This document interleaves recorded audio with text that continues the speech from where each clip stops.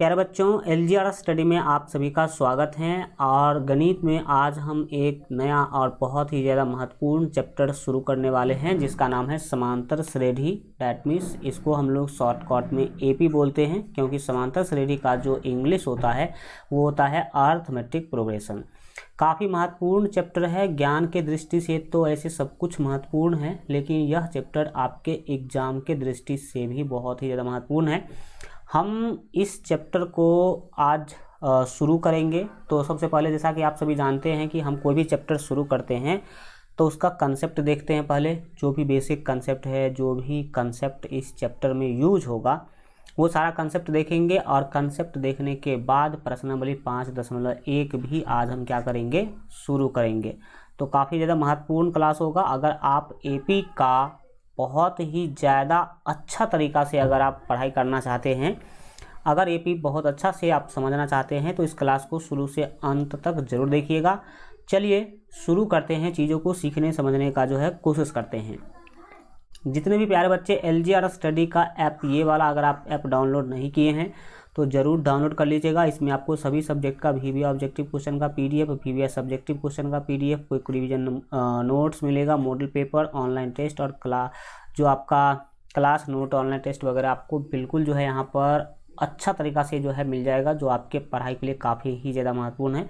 तो ये आप लोग ज़रूर जो है ऐप डाउनलोड कर लीजिएगा प्ले स्टोर से। ठीक, हमारे चैप्टर का नाम है समांतर श्रेणी।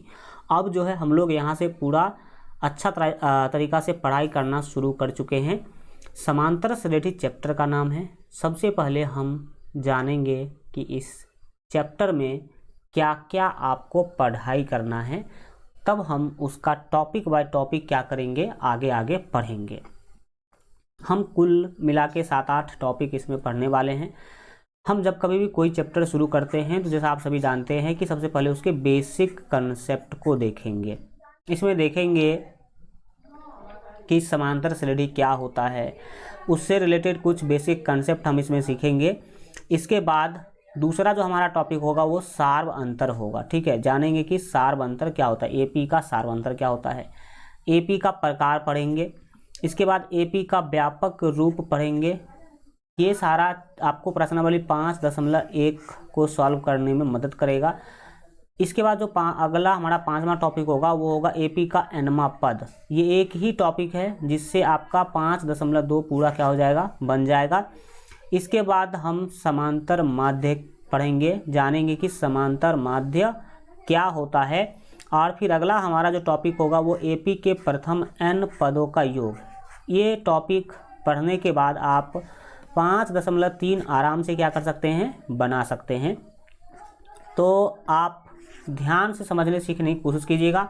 सबसे पहले हम कंसेप्ट देखेंगे और उसके बाद प्रश्नावली 5.1 भी शुरू करेंगे। हमारे चैप्टर का नाम है समांतर श्रेणी। तो सबसे पहले हमें पता होना चाहिए कि समांतर श्रेणी क्या होता है। समांतर श्रेणी को समझने से पहले हम लोग केवल श्रेणी समझेंगे और फिर समांतर श्रेणी समझेंगे। तो चलिए जानते हैं सबसे पहले कि श्रेणी क्या होता है। यहाँ पर हमारा फर्स्ट टॉपिक आ भी चुका है, आप यहाँ पर क्लियरली जो है देख सकते हैं। श्रेणी, हम सबसे पहले जानेंगे कि श्रेणी क्या होता है।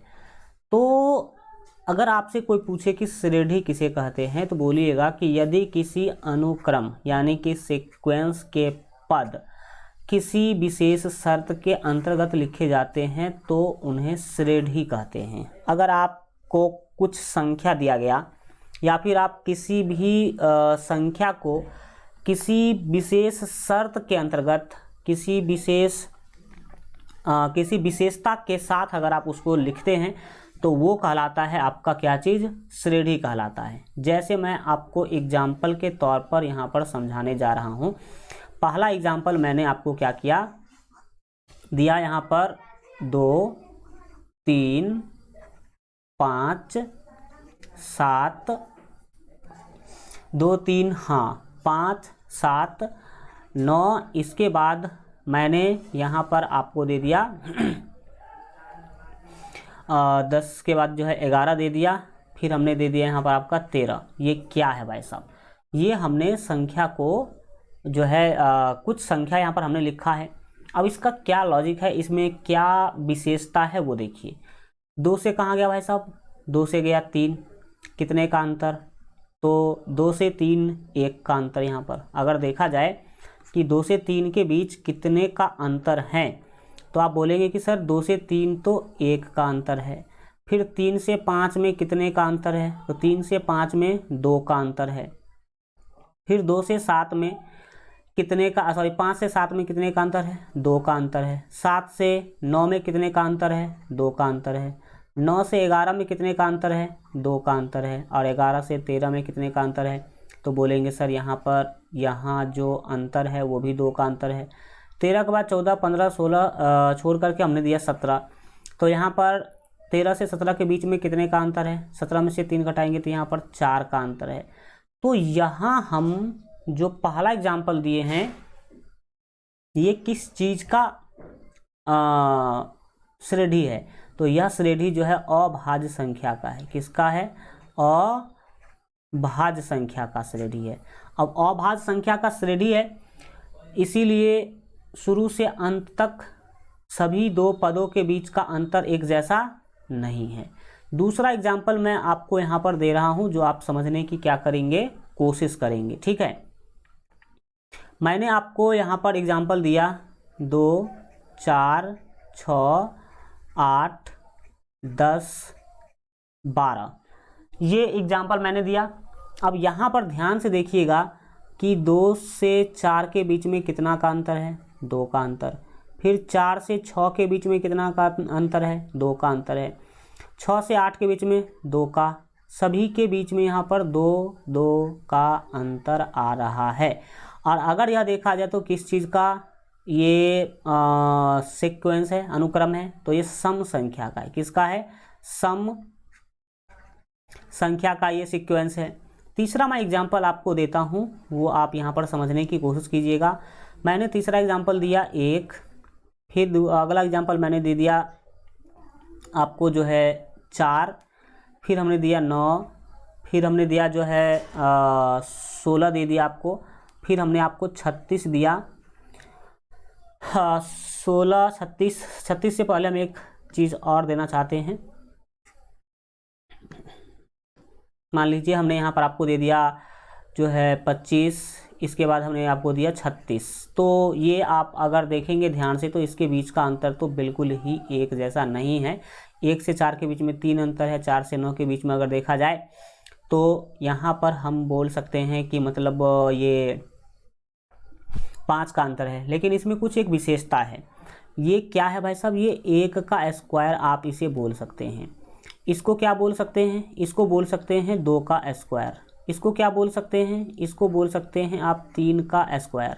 ये क्या है प्यारे बच्चों, ये 4 का स्क्वायर है। देखिए मैं जब कभी भी पढ़ाऊँगा तो इतना डिटेल में पढ़ाऊँगा, इतना डीप में पढ़ाऊँगा कि आपका नॉलेज वाकई ही बहुत ही ज़्यादा अच्छा होगा। बशर्ते आपको ध्यान से पढ़ना है, घबराना नहीं है। शुरू से अंत तक मेरे क्लास में जो बना रहेगा उसी को डिटेल नॉलेज मिल पाएगा। मैं कभी भी अधूरा ज्ञान नहीं दूंगा, पूरा डिटेल में मैं आपको कारण बता करके पढ़ाऊंगा।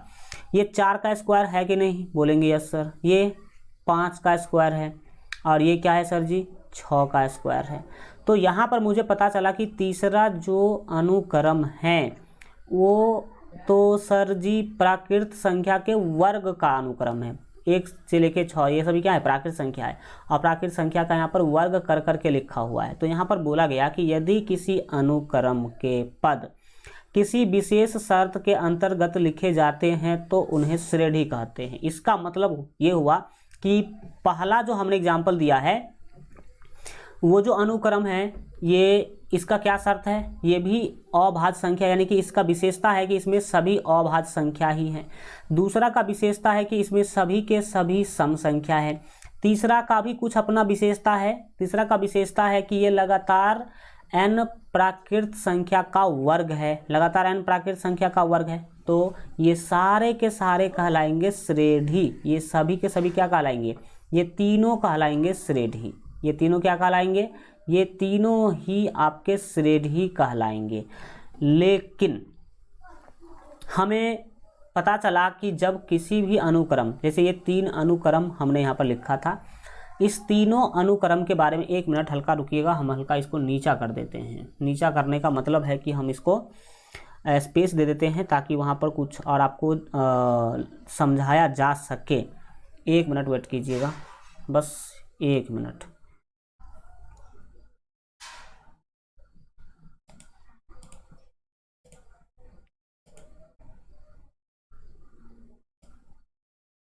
एक मिनट वेट कर लीजिए।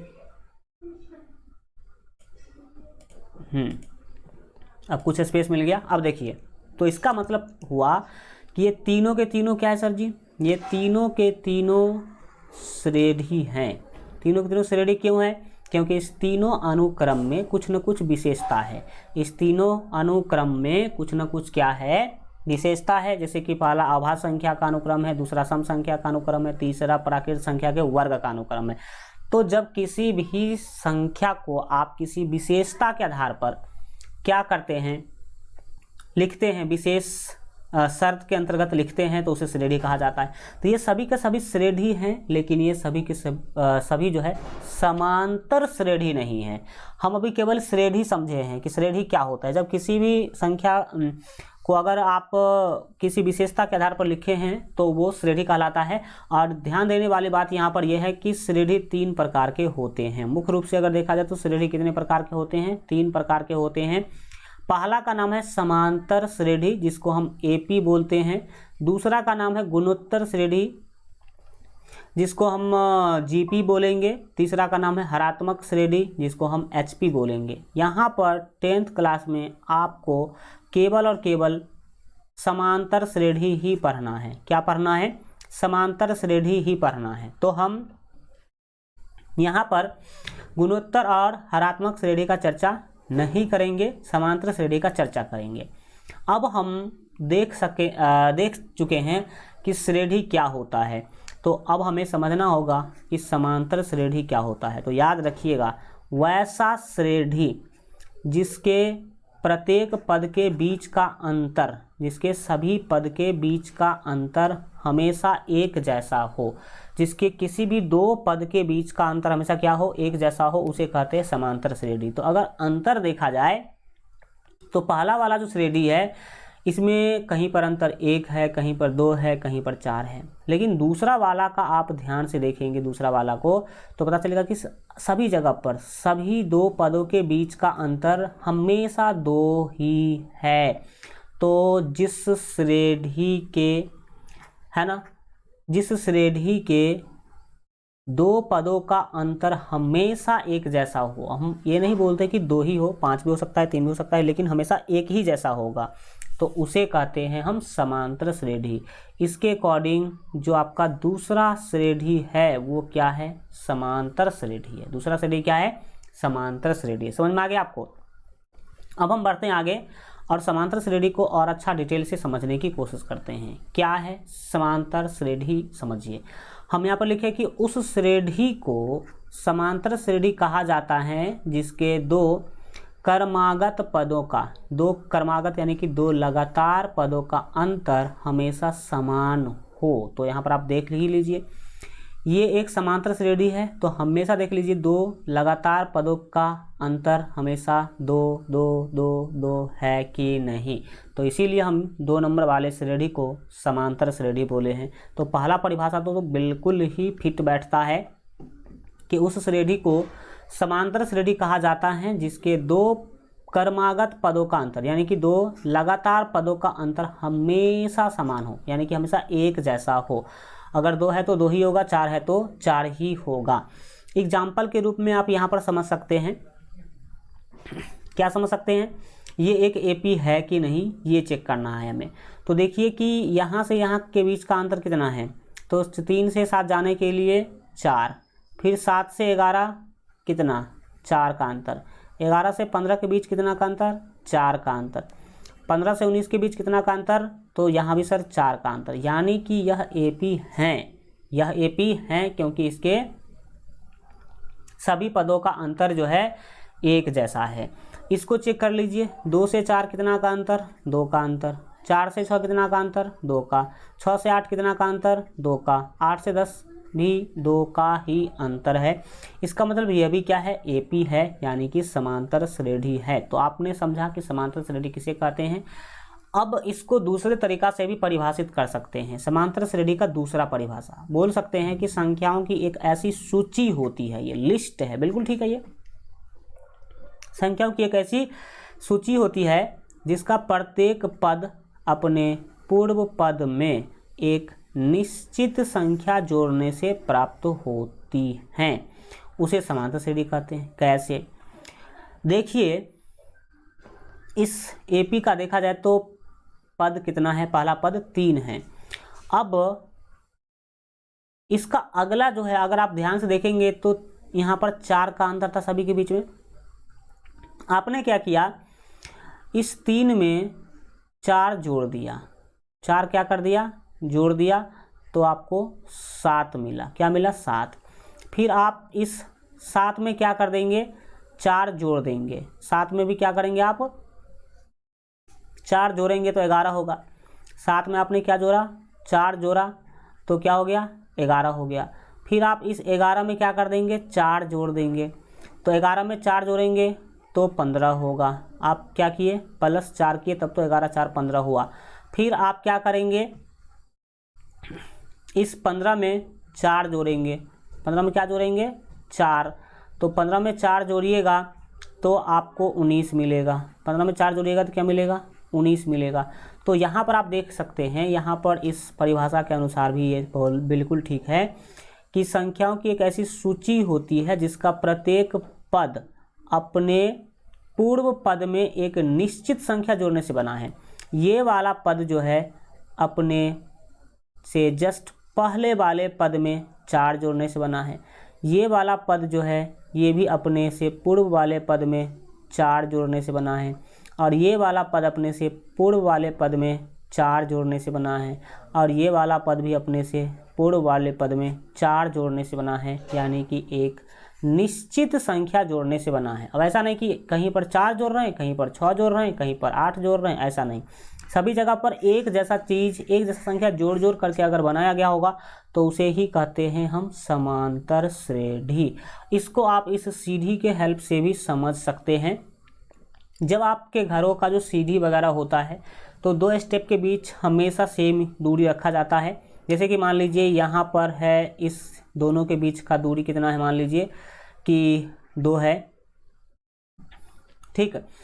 तो यहाँ से यहाँ का भी दूरी कितना होगा, 2 होगा। यहाँ से यहाँ के भी दूरी को देखिएगा तो 2, यहाँ से यहाँ का भी दूरी 2 cm या फिर 2 इकाई मान लीजिए, यहाँ भी 2 इकाई, यहाँ भी 2 इकाई। क्या ऐसा होता है कि एक तो स्टेप है 2 मान लीजिए कि इकाई पर, या फिर 2 फीट तो नहीं बोलेंगे, बहुत ज़्यादा होगा, या फिर 2 इकाई पर है, और अगला स्टेप है बस 4 पे, तो क्या इसे हम यूज ले पाएंगे, नहीं। तो आपका जो एक सीढ़ी है ना, सीढ़ी के 2 स्टेप के बीच का दूरी भी अगर देखा जाए तो वो समांतर श्रेणी का जो है एग्जाम्पल है। और सीढ़ी, ये जो सीढ़ी है उसी से बना है श्रेणी, इसी से क्या बना है, श्रेणी बना है। तो आपने श्रेणी देखा। अब अगर आप यहाँ पर एग्जाम्पल को देखेंगे तो आपको कुछ पता चलेगा, दोनों एग्जाम्पल में कुछ विशेष है। इस एग्जाम्पल को ध्यान से देखिएगा तो इस एग्जाम्पल में 19 के बाद कोई डॉट डॉट नहीं है, लेकिन इस एग्जाम्पल में 10 के बाद डॉट डॉट है, और आप सभी फर्स्ट चैप्टर में ही पढ़ चुके हैं कि जिसके आगे डॉट डॉट हो उसका अंत नहीं होता है। ध्यान से देखिएगा तो इस एपी में 1 2 3 4 5 पद है, लेकिन इस एपी में 1 2 3 4 5 पद कहना गलत होगा, क्योंकि इसमें अनंत पद हैं। ये डॉट डॉट का मतलब ये अनंत पद, यानी कि इसमें पदों का संख्या फिक्स नहीं है। तो यहाँ पर पद हो गए 5, लेकिन यहाँ पर पद हो गया अनंत। तो याद रखिएगा, जिस एपी के पदों का संख्या फिक्स होता उसे कहते हैं परिमित एपी, और इसे कहते हैं अपरिमित एपी। हम आगे इसके बारे में डिटेल से चर्चा करेंगे। तो यहाँ पर आपने समझा कि समांतर श्रेणी क्या होता है। अब हम बढ़ते हैं आगे। एक एग्जाम्पल मैं और देता हूँ। देखिए ये श्रेणी है, ये भी श्रेणी है। मैं तीसरा एग्जाम्पल फिट करके देखता हूँ कि आप लोग बता पा रहे हैं कि नहीं, आप लोग सोच पा रहे हैं कि नहीं। मैंने दिया 5, 10, 17, 20, 23।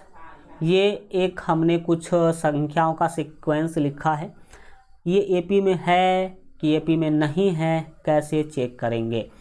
सबसे पहले देखिए कि यहाँ से यहाँ के बीच का अंतर कितना है। तो 10, 5, 5 से 10 जाने के लिए 5, तो 5 का अंतर है।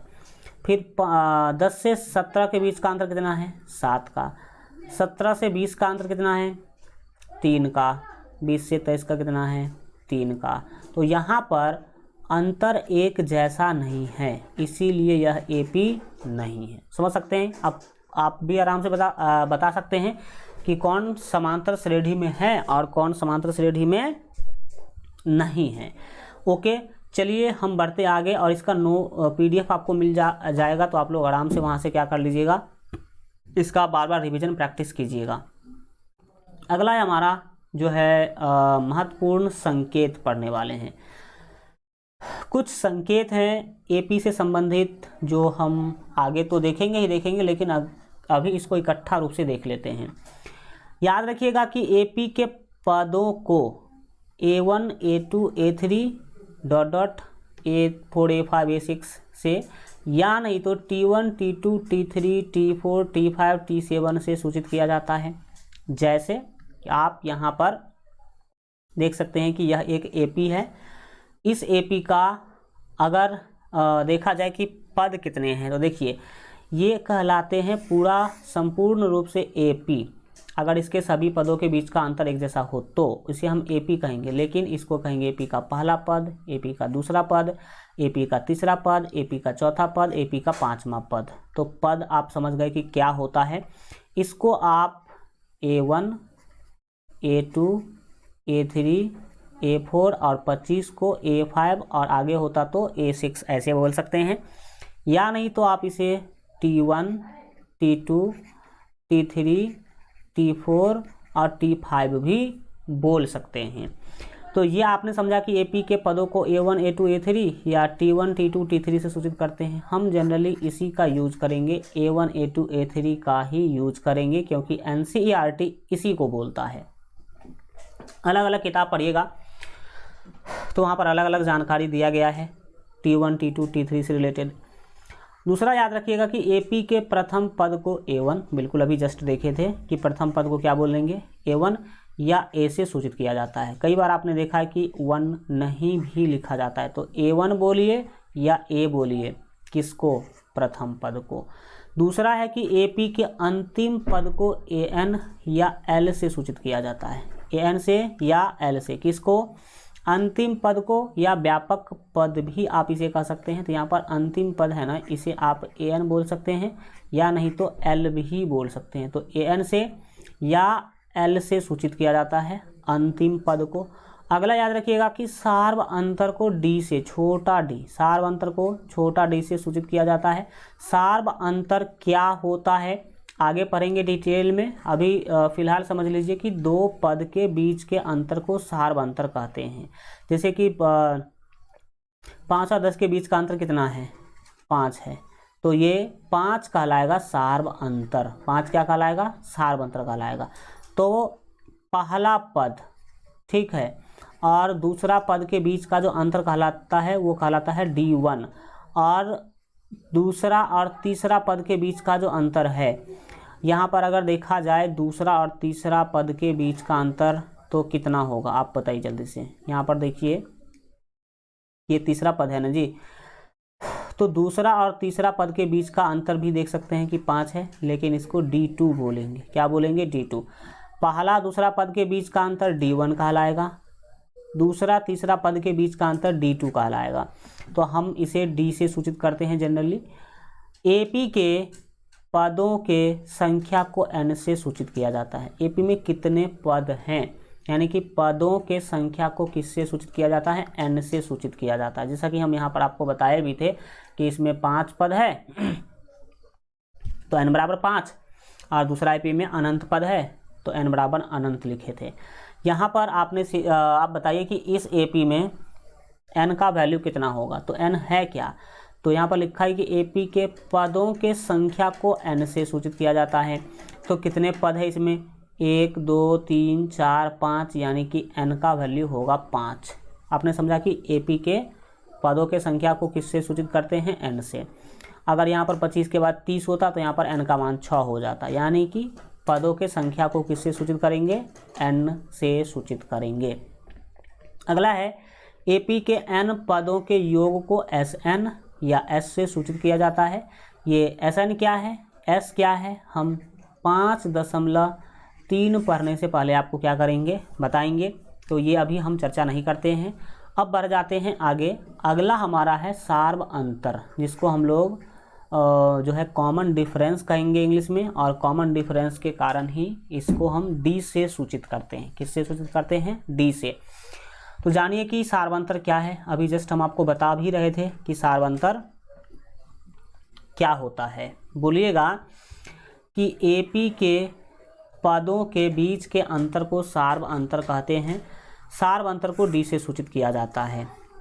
कैसे, सो समझिए। और D निकालने का जो सूत्र होता है वो A2 - A1 होता है। D निकालने का सूत्र क्या होता है प्यारे बच्चों, D निकालने का सूत्र A2 - A1 होता है, यानी कि दूसरा पद माइनस पहला पद। किसी भी AP का अगर आपको D निकालना हो, यानी कि सार्व अंतर निकालना हो, तो आप दूसरे पद में से पहला पद को घटाएंगे। तो देखिए ये है पहला पद, आप ध्यान दीजिएगा, यहाँ पर इसको A1 बोलेंगे और इसको A2 बोलते हैं। तो किसी भी दो पद के बीच का अंतर निकालना हो तो हमेशा आप A2 - A1 करेंगे, यानी कि दो पद जो भी है उसमें से अगला पद में से पिछला पद को घटाएंगे। इसीलिए D का फार्मूला हमने अपने तरफ से बना रखा है, अगला पद माइनस पिछला पद। अगर A2 - A1 को ही देखिएगा तो A2 अगला पद है और A1 पिछला पद है, तो A2 - A1 या अगला पद माइनस पिछला पद, ये याद रखने की दृष्टि से हमने आपको बताया है। यहाँ पर आप इस वाले AP का D निकाल के बताइए। तो सर D निकालने का जो सूत्र है वो होता है A2 - A1, A2 - A1। तो ध्यान दीजिएगा A2 का वैल्यू यहाँ पर है 5, कितना है, 5 है, और फिर -A1 का वैल्यू 2 है। तो 5 में से 2 घटाएंगे कितना होगा, 3 होगा।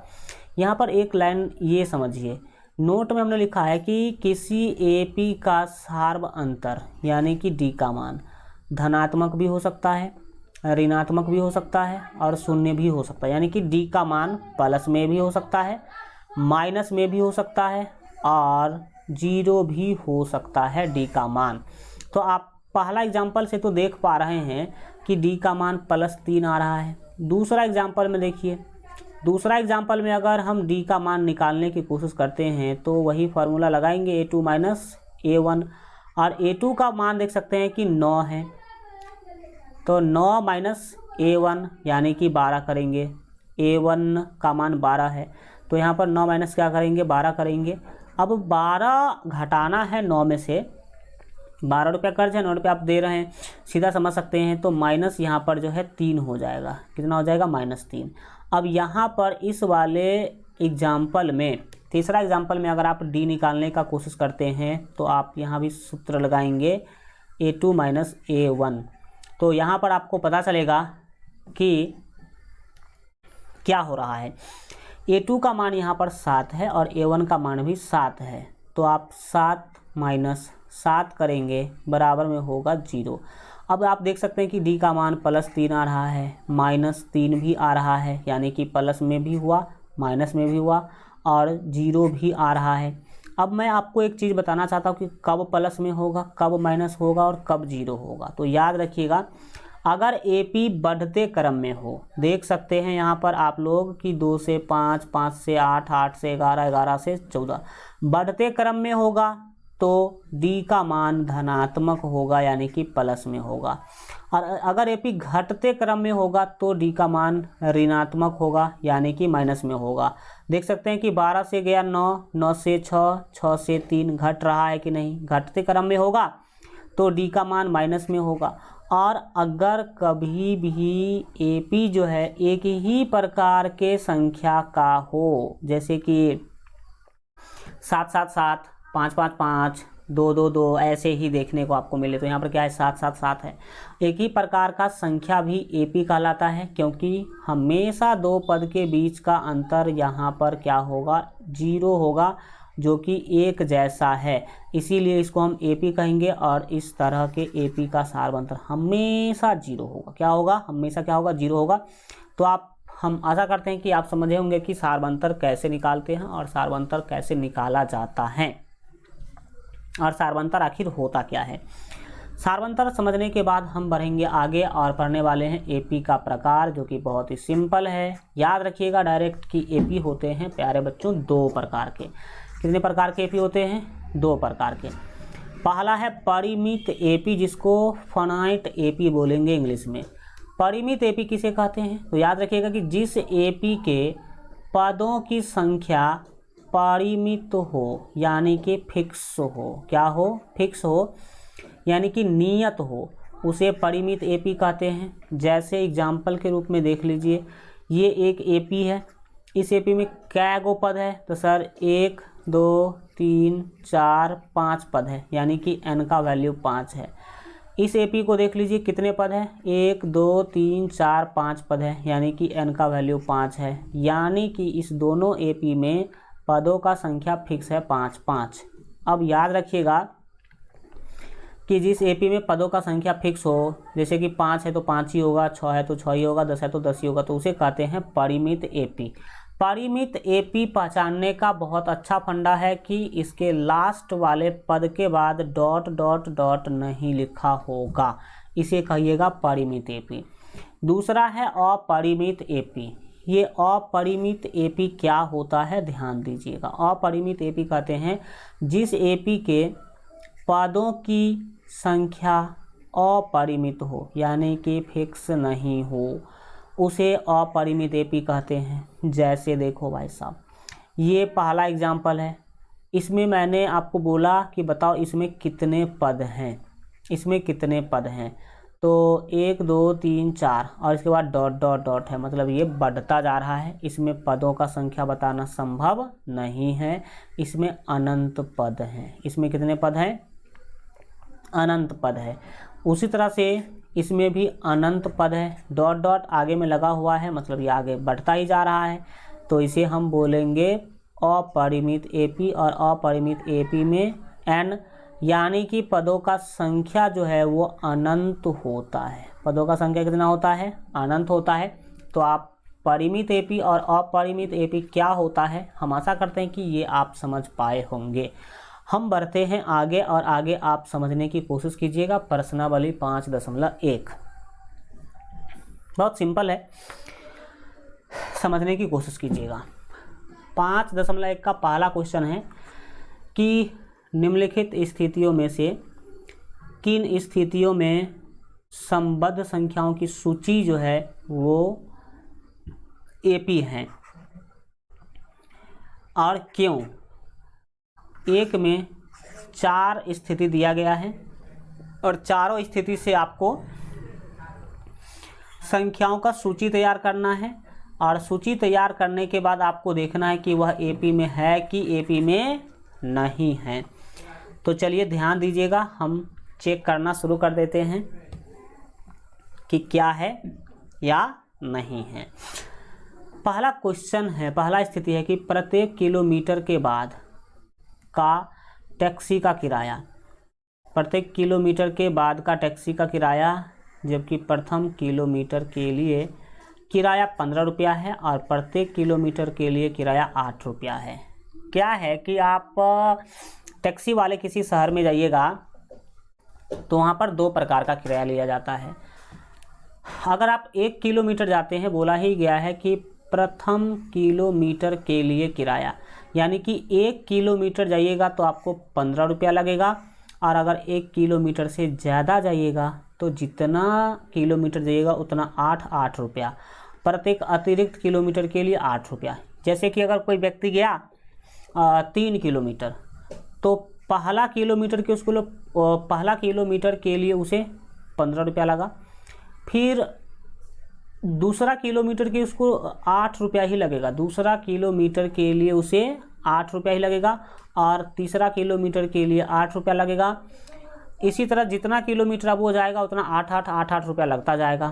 तो अगर टोटल मिला के देखा जाए तो 3 किलोमीटर के लिए उसको कितना रुपया देना पड़ा, 8 और ये 15 और 8 8 16, 31 रुपया देना पड़ेगा। कितना रुपया, 31 रुपया। तो कुछ इस तरह का हिसाब किताब है।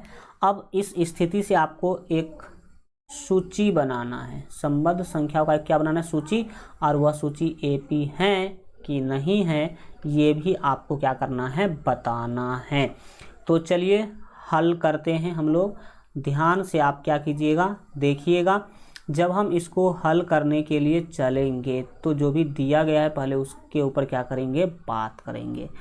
लिखेंगे दिया गया है, क्या लिखेंगे, क्वेश्चन में जो दिया गया है उसको के ऊपर बात करेंगे। दिया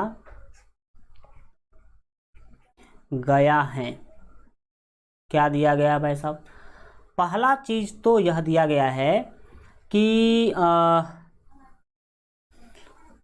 प्रथम किलोमीटर के लिए किराया 15 रुपया है, ये दिया गया है। तो हम लिख लेते हैं प्रथम किलोमीटर के लिए किराया बराबर 15 रुपया। लिखेंगे प्रथम किलोमीटर, किलोमीटर को हम km लिख देते हैं। प्रथम किलोमीटर के लिए किराया, 1 मिनट लिए शब्द भी अच्छा कर देते हैं ताकि आपको जो PDF मिले कभी भी आप इसे खोलिए तो आपको अच्छा लगे। प्रथम किलोमीटर के लिए किराया कितना, किराया बराबर कितना, 15 रुपया। 15 रुपया प्रथम किलोमीटर के लिए किराया कितना हो गया, 15 रुपया। और आगे बोला कि प्रत्येक अतिरिक्त किलोमीटर के लिए किराया 8 रुपया है। प्रत्येक अतिरिक्त किलोमीटर का किराया कितना है, 8 रुपया, वो भी लिख देते हैं। प्रत्येक अतिरिक्त किलोमीटर, अतिरिक्त किलोमीटर का किराया, प्रत्येक अतिरिक्त किलोमीटर का मतलब है कि 1 किलोमीटर से जितना ज़्यादा जाइएगा उतना 8 रुपया आप दीजिएगा। तो प्रत्येक अतिरिक्त किलोमीटर का किराया कितना है, 8 रुपया है। अब मैं आपसे यह पूछना चाहता हूं कि कोई व्यक्ति 1 किलोमीटर जाएगा तो कितना रुपया देना पड़ेगा, 15 रुपया। अगर 2 किलोमीटर जाएगा तो 15 + 8 यानी कि 23 रुपया देना पड़ेगा। 3 किलोमीटर जाएगा तो 15 + 8 + 8 यानी कि 31 रुपया देना पड़ेगा। उसी चीज़ को हम लिखेंगे ये। अब इसीलिए 1 किलोमीटर का किराया क्या लिखते हैं, 1 किलोमीटर किराया, 1 किलोमीटर का किराया बताइए कितना होगा। 1 किलोमीटर का किराया बताइए कि कितना होगा। 1 किलोमीटर का किराया कितना होगा, तो पहले ही टैक्सी वाला फिक्स कर रखा कि प्रथम किलोमीटर के लिए किराया लगेगा 15 रुपया, ठीक है। अगर कोई व्यक्ति 2 किलोमीटर जाता है तो 2 किलोमीटर का किराया कितना होगा, तो पहला किलोमीटर के लिए तो आपको 15 रुपया लगेगा और अगला दूसरा किलोमीटर के लिए आपको 8 रुपया लगेगा। तो 15 8 23 रुपया लग गया। आपको कितना रुपया लग गया, 23 रुपया। अगर कोई 3 किलोमीटर जाएगा तो कितना रुपया लगेगा, 3 किलोमीटर का किराया बताइए। तो 3 किलोमीटर का किराया कितना होगा, तो सर देखिए पहला किलोमीटर जाने के लिए 8 रुपया, पहला किलोमीटर जाने के लिए 15 रुपया, दूसरा किलोमीटर जाने के लिए 8 रुपया और फिर तीसरा किलोमीटर जाने के लिए 8 रुपया। तो यहाँ पर उनको देना पड़ जाएगा 31 रुपया। अब कोई व्यक्ति 4 किलोमीटर जाएगा तो उसमें 8 जोड़ देगा, फिर आप 5 किलोमीटर जाएंगे तो फिर उसमें एक 8 और जोड़ देंगे, यही प्रोसेस चलता रहेगा। तो यहाँ पर अगर सूची देखा जाए 3 किलोमीटर तक जाने का ही अगर हम देखें कि कितना किराया वगैरह लगा, तो इसका अगर सूची निकालेंगे तो क्या मिलेगा, देखिए लिखेंगे यहाँ सूची बराबर, यहाँ सूची क्या मिला तो देखिएगा सूची क्या मिला, 1 किलोमीटर का किराया 15 रुपया, 2 किलोमीटर का किराया 23 रुपया और 3 किलोमीटर का किराया 31 रुपया। ये एक सूची मिला आपको। अब आप चेक कीजिए कि यह सूची एपी में है कि नहीं है। एपी में है यह सूची कि एपी में नहीं है, यह चेक करना होगा। तो देखिए यहाँ पर ये सूची एपी में है कि एपी में नहीं है, यह चेक करने के लिए देखिए ऐसा लिखेंगे और ये इसके बाद ऐसा आगे बढ़ता जाएगा। मतलब जितना 4 किलोमीटर 5 किलोमीटर इस तरह से इसका जो सीक्वेंस है ना वो आगे बढ़ता जाएगा। हमें पहले 2 पदों के बीच का अंतर निकालना होगा। आप D1 निकालिएगा और D2 निकालिएगा।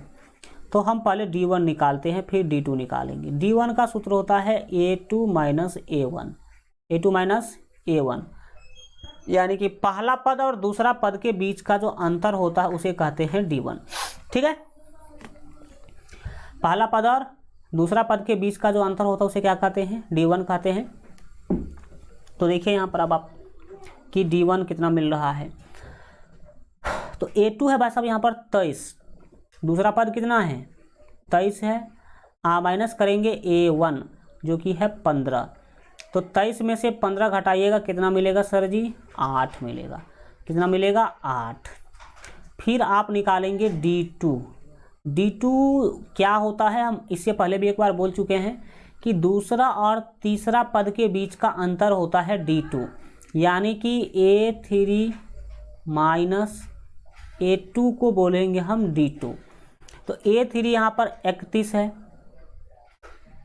31 माइनस A2 23 है, तो यहाँ पर हम लिखेंगे 23। तो 31 माइनस 23 कितना होगा? 8 होगा। 31 माइनस 23 कितना होगा? 8 होगा। अब आप ध्यान से देखिए कि यहाँ पर D1 और D2 बराबर है, यानी कि सार्व अंतर समान हैं। लिखेंगे चूँकि D1 जो है वो बराबर है D2 के, यानी कि सार्व अंतर एक जैसा है। हम आपको बताए थे कि जब सार्व अंतर एक जैसा होगा तो उस सूची को यानी कि उस श्रेणी को हम समांतर श्रेणी बोलेंगे। तो लिखेंगे इसीलिए यह सूची एपी में है, यह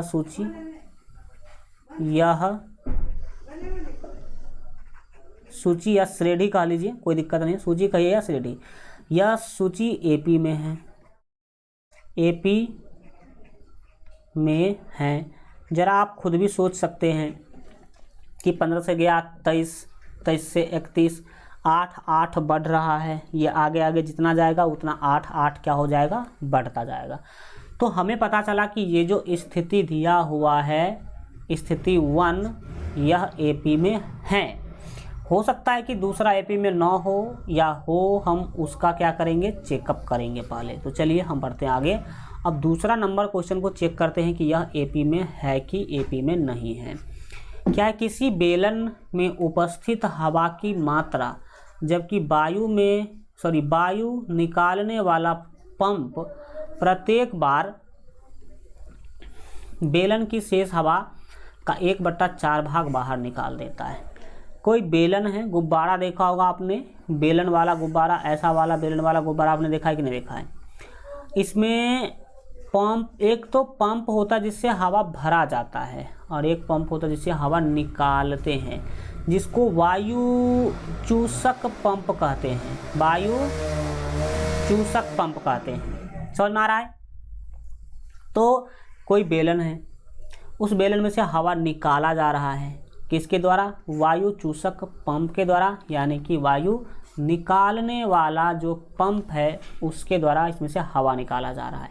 हवा निकाला कितना जाता है? क्या है कि जितनी हवा इसमें है उसका 1/4 भाग बाहर निकाल दिया गया। फिर जितना हवा बचा उतना में से उसका 1/4 भाग निकाला गया। फिर जितना बचा उसमें से उसका 1/4 भाग क्या किया गया? निकाला गया। तो प्रत्येक बार जितना हवा बचता है उस हवा के बारे में आपको बताना है कि कितना उस हवा के सीक्वेंस का आपको बताना है कि वो एपी में होगा कि एपी में नहीं होगा। तो आइए हम हल करते हैं, देखते हैं क्या है नहीं है। जब हम हल करने के लिए चलेंगे तो क्या होगा देखिएगा। हम ये नहीं यहाँ पर समझ पाए कि आखिर बेलन में हवा कितना था, तो हम अपने मन से मान लेते हैं कोई नंबर, और ऐसा नंबर मानेंगे जिस पर सॉल्यूशन करने में हमें आसानी होगा। सॉल्यूशन करने में हमें क्या होगा, आसानी होगा। लिखेंगे, हम मान लेते हैं कि बेलन में 64 लीटर हवा था। लिखेंगे माना कि बेलन में उपस्थित हवा की मात्रा 64 लीटर है। लिखेंगे माना कि बेलन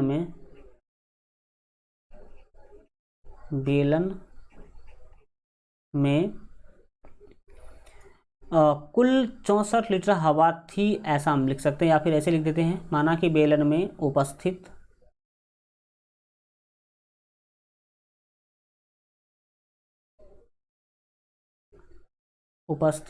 क्या लिखा हमने, माना कि बेलन में उपस्थित हवा की मात्रा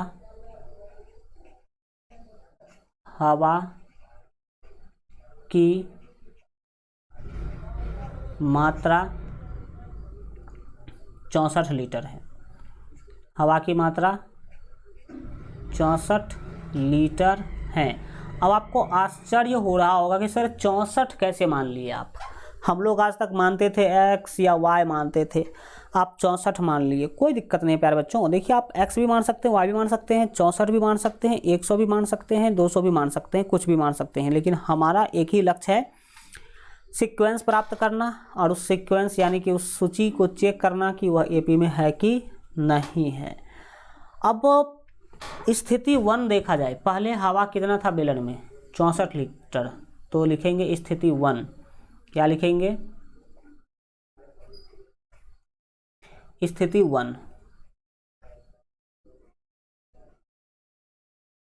स्थिति 1 को अगर आप देखिएगा तो आपको पता चलेगा कि स्थिति 1 में जो बेलन में हवा है कितना है, 64 लीटर है। बेलन में कितना हवा है, 64 लीटर। स्थिति 2 का बात किया जाए, किसका, तो स्थिति 2 का बात किया जाए। स्थिति 2 का मतलब क्या होगा, अब इस बार जितना हवा थी, हवा जो है होती है, तो जितना हवा थी उसका 1/4 हवा बाहर निकाला जाएगा।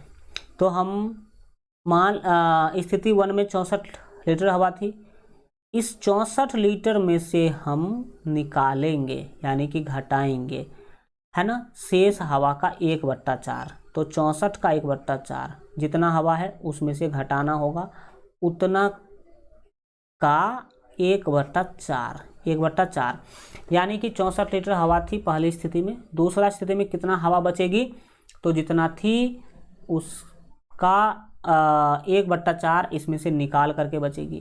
तो आप यहाँ पर देख ही सकते हैं कि 4 से 64 को भाग कीजिएगा तो मिलेगा आपको 16। कितना मिलेगा, 16 मिलेगा।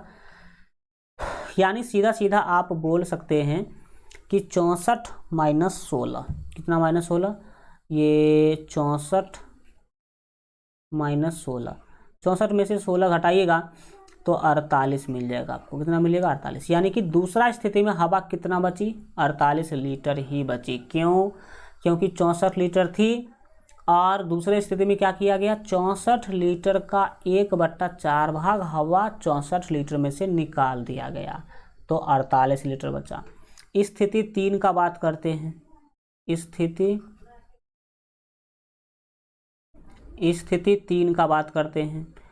स्थिति 3 में क्या होगा भाई साहब, अब जितना हवा है 48 लीटर हवा, उसमें से भी हम निकालेंगे कितना, तो जितना है उसका 1/4 निकालेंगे। यानी कि 48 लीटर है तो 48 का 1/4 फिर से घटा देंगे हम उसमें से। 4 से 48 को भाग दीजिएगा तो आपको पता चलेगा 12 चौके 48, 12 चौके 48 मिलेगा। तो यहाँ पर सिंपल सी बात है कि इस बार जो हवा बचेगा वो 48 माइनस 12, 48 में से 12 घटाइएगा प्यारे बच्चों तो आपको मिलेगा 36। कितना मिलेगा, 36 मिलेगा। और इसी तरह से आप जितना भी हवा 36 बचा, आप 36 में से घटाएंगे 36 का 1/4। तो इस तरह से आगे सीक्वेंस बढ़ता जाएगा। अभी पहला स्थिति में 64, दूसरा में 48, तीसरा में 36 लीटर हवा आपको यहाँ पर दिखाई दे रहा है। इसी का हम बनाते हैं सूची। लिखेंगे यहाँ सूची बराबर, यहाँ सूची क्या बनेगा, एक मिनट, सूची ही लिख सकते हैं, बिल्कुल ठीक ही है।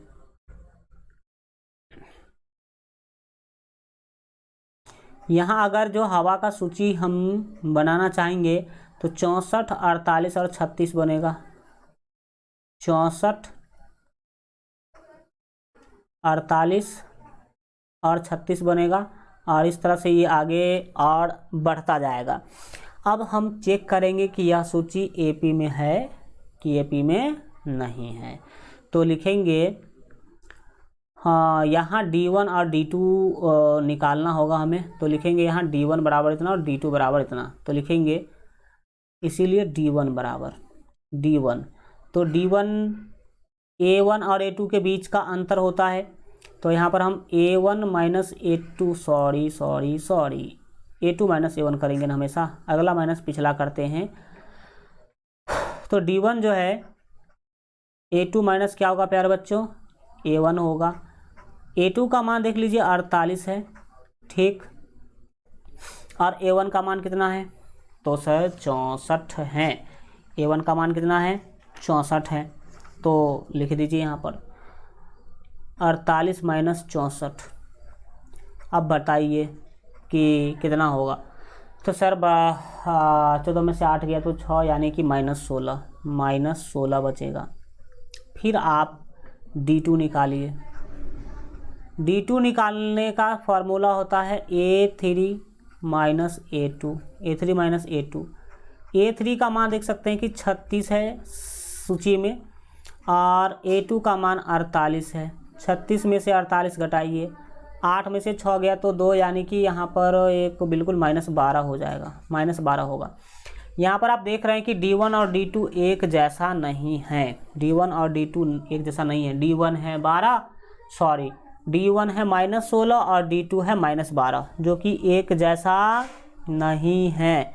अब एक जैसा नहीं है, इसीलिए यह सूची एपी में नहीं होगा। लिखेंगे चूँकि, अगले पेज में हम लिख देते हैं, चूँकि D1 जो है वो बराबर नहीं है किसके, D2 के। D1 not equal to D2 है। इसीलिए यह सूची, यह जो आपका सूची था क्या होगा, एपी में नहीं है। लिखेंगे यह एपी में नहीं है। ये तो चीज़ें मैं आपको डिटेल बता रहा हूँ, लेकिन ये ऑब्जेक्टिव वगैरह में पूछा जाए तो आप लिखिएगा। और अगर ये भी एग्ज़ाम में ऐसे पूछ दिया जाए कि बताइए कि यह इस स्थिति से जो एपी बनेगा, वह सूची बनेगा, वह एपी में है कि नहीं है, तो आप डिस्क्राइब भी करके दिखा सकते हैं अपने एग्ज़ाम में। ठीक है, अब चलते हैं हम आगे। 2 तक तो हम लोगों ने चेक कर लिया। तीसरा वाली स्थिति को आप ज़रा एक बार पढ़िए, तब तक हम 1 मिनट पानी पी लेते हैं।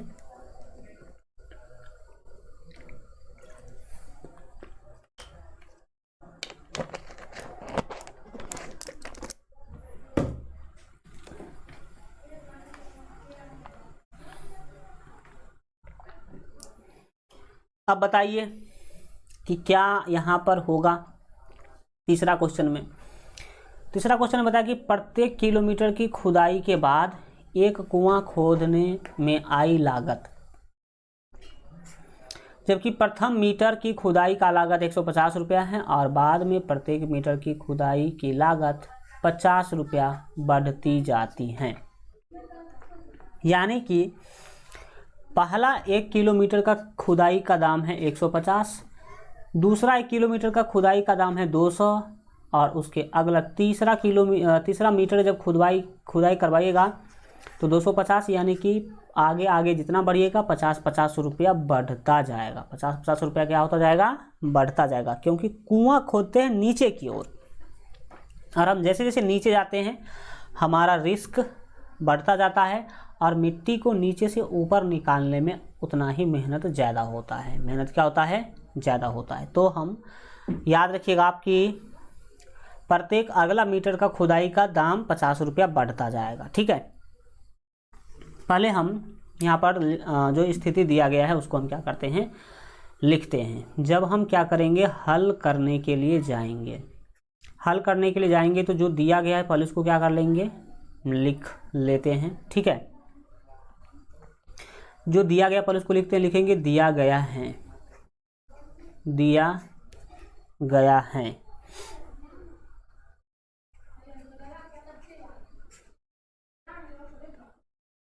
दिया गया है, क्या दिया गया भाई साहब, प्रथम मीटर की खुदाई की लागत, प्रथम मीटर की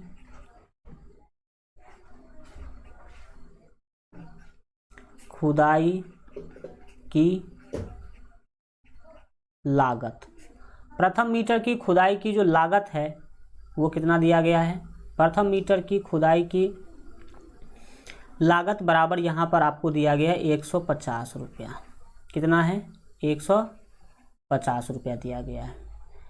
और फिर क्या बोला गया, बाद में प्रत्येक मीटर की खुदाई की लागत 50 रुपया बढ़ती जाती है। बाद में जो है प्रत्येक मीटर जो है आगे जितना बढ़िएगा उतना 50 रुपया क्या होता जाएगा, बढ़ता जाएगा। तो अगर प्रथम मीटर की खुदाई का लागत 150 रुपया है तो बताइए कि दूसरे मीटर की खुदाई का लागत कितना होगा, किसका, तो दूसरे मीटर की खुदाई की लागत कितना होगा।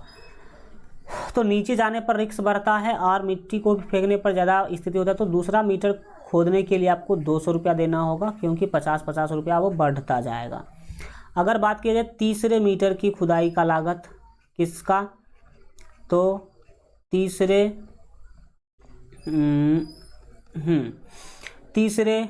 मीटर की खुदाई की लागत कितना हो जाएगा, तो सर 250 रुपया हो जाएगा, क्योंकि 50 रुपया बढ़ता जाएगा। इस तरह से 300 होगा, 350, 400 आगे जैसे जैसे जाएंगे वैसे वैसे क्या होगा, बढ़ता जाएगा। हम कम से कम 3 ही लेते हैं। तो यहाँ अगर सूची बनाएंगे तो क्या होगा, लिखेंगे यहाँ सूची बराबर सूची क्या होगा भाई साहब, 150 फिर 200 और फिर 250 और इसी तरीक़ा से आगे बढ़ता जाएगा। ठीक है, तो सूची तो आपने बना लिया। अब आपको चेक करना है कि यह सूची एपी में है कि एपी में नहीं है। तो चलिए हम चेक करेंगे कि यह सूची एपी में है कि एपी में नहीं है। तो इसके लिए D1 और D2 निकालना होगा। तो अब हम क्या करेंगे, D1 और D2 निकालेंगे। तो लिखेगा अब D1 बराबर, D1 का सूत्र होता है A2 माइनस A1। A2 का मान है 200 माइनस A1 का मान है 150, घटाइएगा मिलेगा आपको 50। फिर D2 देखिए कितना है, D2 का सूत्र होता है A3 माइनस A2। तो A3 का मान है 250, 1 मिनट अच्छा से 50 लिख देते हैं।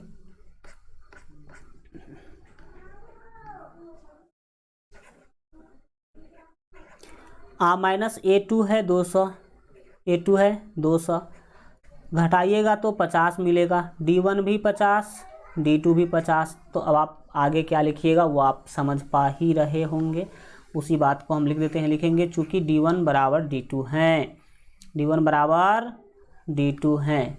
लिखेंगे चूँकि D1 बराबर D2 है, इसीलिए यह सूची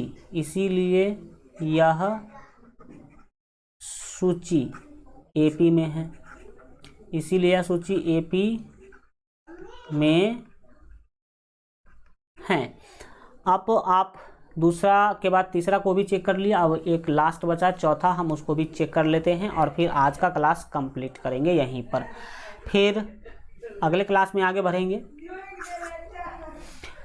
चौथा स्थिति आपको दिया गया है कि खाते में प्रत्येक वर्ष का मिश्र धन, जबकि जो है मिश्र धन, जबकि 10,000 की राशि 8% वार्षिक की दर से चक्रवृद्धि ब्याज पर जमा की जाती है। चक्रवृद्धि ब्याज क्या होता है? पहला साल मान लिया आपने कि 10,000 रुपया जमा किया, अब इस 10,000 का जो ब्याज होगा उसको और 10,000 को जोड़ करके इसके ऊपर ब्याज जोड़ा जाएगा दूसरा साल, फिर दूसरे साल का ब्याज जोड़ करके फिर उसके ऊपर तीसरे साल में ब्याज जोड़ा जाएगा, यानी कि ब्याज का भी ब्याज प्रत्येक साल जमा करते जाता है। ठीक है, तो उस स्थिति को चक्रवृद्धि ब्याज कहते हैं। बढ़ते हैं, यहाँ पर हम सॉल्व करते हैं, चीज़ों को समझने की आप जो है कोशिश कीजिएगा। जब हल करने के लिए जाएंगे तो सबसे पहले जो दिया गया है उसी को क्या करेंगे, लिखेंगे। दिया गया है, क्या दिया गया है? तो मूलधन यहाँ पर आपको दिया गया। क्या दिया गया? मूलधन। मूलधन बराबर कितना दिया है? ये मूलधन बराबर 10,000 दिया है, 10,000। ठीक है, मूलधन यहाँ पर आपको दिया गया 10,000 एवं जो आपका दर है, दर कितना दिया गया है? 8%। 8% दर दिया गया है। ठीक है, अब मैं यह पूछना चाहता हूं कि एक वर्ष के बाद मिश्र धन कितना होगा। मैं निकालना चाहता हूं एक वर्ष बाद, एक वर्ष बाद मिश्र धन।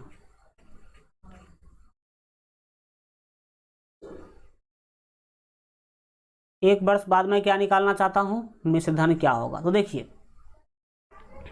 एक वर्ष बाद मिश्र धन कितना होगा, तो देखिए कि मूलधन कितना है? 10,000 है। 10,000 का 8% निकालिए, तो सर 10,000 का 8% ही पहला वर्ष का ब्याज होगा। बिल्कुल ठीक है, क्योंकि मूलधन पर ही तो ब्याज लेते हैं। अब ब्याज का प्रतिशत है 8, तो हम 10,000 का 8% पहले क्या करेंगे, निकालेंगे। तो यहाँ पर आप 10,000 का 8% यानी कि 8/100 निकालेंगे। 00 से 00 क्या होगा, कैंसिल हो जाएगा। 100 को 8 से गुना कीजिएगा, मिल जाएगा आपको 800। कितना मिल जाएगा? 800। ये एक वर्ष का यानी कि प्रथम वर्ष का ब्याज है। तो प्रथम वर्ष का मिश्रधन कितना होगा? तो सर प्रथम वर्ष का मिश्रधन निकालने के लिए इसमें मूलधन भी जोड़ना पड़ेगा। मूलधन भी क्या करना पड़ेगा, जोड़ना पड़ेगा। तो ये प्रथम वर्ष का ब्याज और प्रथम वर्ष का मूलधन जोड़ दीजिए, 00801 हो जाएगा, यानी कि 10,800 हो जाएगा। यानी कि एक वर्ष के बाद जो मिश्रधन मिलेगा वो होगा 10,800। 10,000 कितना? 800। अब हम 2 वर्ष के बाद मिश्रधन निकालना चाहते हैं। 2 वर्ष बाद मिश्रधन कितना होगा वह हम निकालना चाहते हैं। तो 2 वर्ष के बाद अगर जब आप मिश्रधन निकालने के लिए जाइएगा तो चक्रवृद्धि ब्याज का नियम है कि जो पहला वर्ष का मूलधन था, पहला वर्ष का जो मिश्रधन था वो दूसरा वर्ष के लिए मूलधन बन जाएगा। यानी कि अब 10,800 का 8% आप निकालेंगे। समझ में आ रहा है? ब्याज के ऊपर भी ब्याज लगता है चक्रवृद्धि ब्याज में। ठीक है, तो क्या होगा यहाँ पर? सिंपल सी बात है, ध्यान दीजिएगा, सब कुछ समझ में आ जाएगा। तो इसका 8%, 10,800 का 8% यानी कि 8/100। 00 से इस बार फिर 00 कट जाएगा। 108 को 8 से गुना कीजिएगा, तो कितना होगा? 108 तो 800 हो जाएगा। 108 कितना होगा? 800 और 8 8 64 होगा, यानी कि 864 रुपया ब्याज इस बार पूरा हुआ। 864 ब्याज मिला। अब 864 में ये 864 तो दूसरे साल का ब्याज है, 864 दूसरे साल का ब्याज है, लेकिन दूसरे साल का मूलधन था 10,800। इसको जोड़िएगा तब मिलेगा दूसरे साल का मिश्र धन। तो ये 4, 6, 8, 8, 16 का होगा 6 हासिल 1 और 1, 11,664। ये दूसरे साल का मिश्रधन हो गया। दूसरे साल का क्या होगा? मिश्रधन। इस तरीक़ा से आप निकालिएगा, कभी कोई दिक्कत जो है नहीं होगा। अब 2 वर्ष तक का डाटा आपको मिल गया। अगर इसका सूची बनाते हैं तो क्या होगा? लिखेंगे यहाँ सूची बराबर, सूची क्या होगा प्यारे बच्चों? मतलब मूलधन कितना था? तो मूलधन तो सर 10,000 था। मूलधन कितना था? तो मूलधन सर था 10,000। चलो ठीक है। पहले वर्ष का मिश्रधन कितना हुआ? 10,800। दूसरे वर्ष का मिश्रधन कितना हुआ? 11,000, ये कॉमा है ध्यान दीजिएगा, 11,664। और फिर ये आगे बढ़ता जाएगा, ये आगे क्या होता जाएगा? बढ़ता जाएगा। तो यह एक सूची मिला। अब चेक करेंगे कि यह सूची एपी में है कि एपी में नहीं है। यह सूची एपी में है कि एपी में नहीं है, यह हम क्या करेंगे? तो चेक करेंगे। तो चलिए बढ़ते हैं आगे और चेक करते हैं कि यह सूची एपी में है कि नहीं। यह सूची एपी में है कि नहीं है, वो अब हम क्या करते हैं? चेक करते हैं। इसके लिए D1 D2 निकालना होगा। तो यहाँ हम D1 का बात करेंगे तो D1 होता है A2 माइनस A1। तो A2 माइनस A1 बताइए कितना होगा यहाँ पर? A2 है 10,800, इसमें से घटाएंगे 10,000 A1 तो मिल जाएगा आपको 800। कितना मिला? 800। फिर निकालेंगे D2। D2 का सूत्र होता है A3 minus A2, A3 minus A2। A3 है 11,664 माइनस क्या होगा? A2 जो कि है 10,800। 10,800 घटा लो प्यारे बच्चों, क्या होगा? हाँ, ये 1600 में से 864 घटाएंगे, सीधा आप समझिए।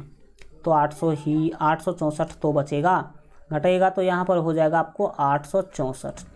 क्या दोनों सार्व अंतर एक जैसा है? बोलेंगे बिल्कुल नहीं है। तो एक जैसा नहीं है तो क्या होगा? यहाँ पर ही लिख देते हैं, लिख देंगे चूंकि D1 जो है वो बराबर नहीं है D2 के, इसीलिए क्या होगा? यह सूची एपी में नहीं है, एपी में नहीं है। क्या लिखेंगे? यह सूची एपी में नहीं है। तो इस तरह से चारों हमने चेक कर लिया। अब इसका अगला जो क्वेश्चन है बिल्कुल सिंपल वाला क्वेश्चन है, तो हम उसको अगले क्लास में क्या करेंगे? सॉल्व कर देंगे। अगर आप दूसरा, तीसरा, चौथा क्वेश्चन बनाइएगा तो आराम से बन जाएगा। वही डी वगैरह निकालने वाला क्वेश्चन सब है, तो आराम से बन जाएगा अगर आप कोशिश करेंगे तो हम मिलते हैं फिर आपसे अगले क्लास में। तब तक अपना ख्याल रखिए और LGR स्टडी देखते रहिए। Goodbye, take care.